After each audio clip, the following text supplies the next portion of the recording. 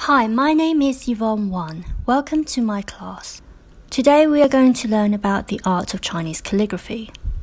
Chinese calligraphy and Japanese calligraphy is often seen in the background of comic books, such as Wolverine, which is sometimes based in Japan, and we have Ronin, which is based in the Far East also. It is useful to learn the art of Chinese calligraphy so that you can broaden your international appeal to international publishers, and you can also create a more authentic feel to your artwork. In today's class, you will learn about the art of calligraphy. You will also learn how to count 1, 2, 3, 4, 5 in Chinese, and you will also learn to read and write and pronounce those words. So let's get started. So Chinese is one of the world's most difficult languages because the Chinese language does not have an alphabet. Instead of having letters, the Chinese language relies on ideograms. They're like little symbols.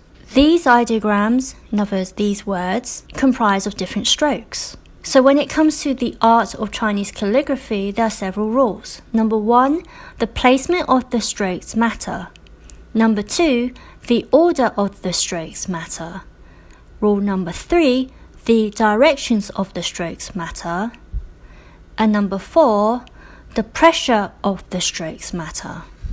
So when you write English words, you would normally write it on lined paper. In Chinese school, students would use lined paper that comprises of lots of squares, and that is because it will allow you to place all the words in each square so that all the words are the same size. So we're going to draw a grid with 5 rows of boxes and 10 columns of boxes, and they're going to be 1 inch apart, like so. So just copy what you see here. Next, I'd like you to number each row, 1, 2, 3, 4, 5, and then we're going to start writing the word 1 in this box. So the stroke you need to do is from left to right. Now we're going to repeat that. Next, we're going to write number 2. Number 2, you do 2 strokes like this, from left to right, top to bottom, and you repeat this. Next, we're going to write number 3. To write 3, you do 3 strokes like this, left to right, left to right, left to right. Generally speaking, you go from left to right, working upwards, downwards, okay? So just repeat that. So you've written 3 lots of times on this row. And we're just placing the words in the box like this so that they're all the same size and they're nicely spaced out. Next, we're going to write number 4. You do a stroke down like this. The second stroke is going rightwards and down. That's 1 stroke. 2 lines, 1 stroke. And then you do a reverse C and a C on the top of that line, and then you close the box from left to right on the bottom. And then you repeat that.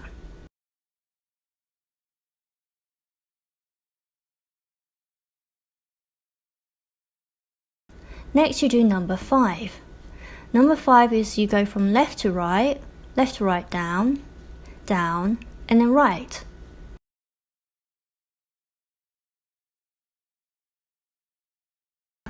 Next, I want you to take some sumi ink and then take some hanshi paper or rice paper and place it on top of your exercise sheet. I want you to trace over this using the sumi ink and sumi ink brush. So just copy the lines like this. Okay, so this is 1, 2, 3, 4,